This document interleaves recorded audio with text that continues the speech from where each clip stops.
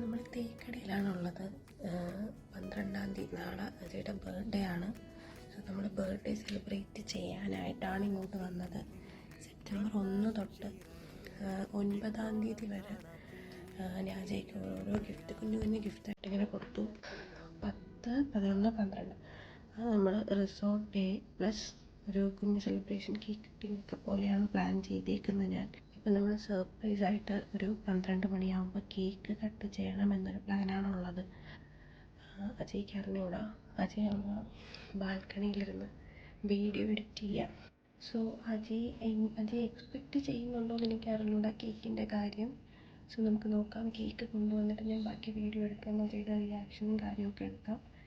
നോക്കാം.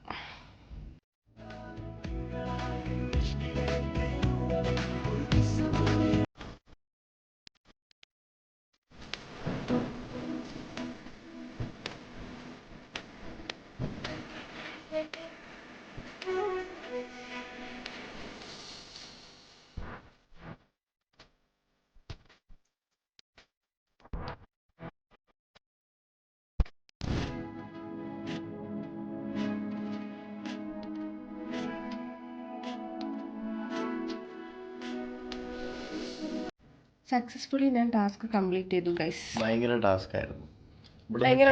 കേക്കൊക്കെ നീ എങ്ങനെ സെറ്റ് ചെയ്തെന്ന് എനിക്ക് അറിഞ്ഞൂടാ.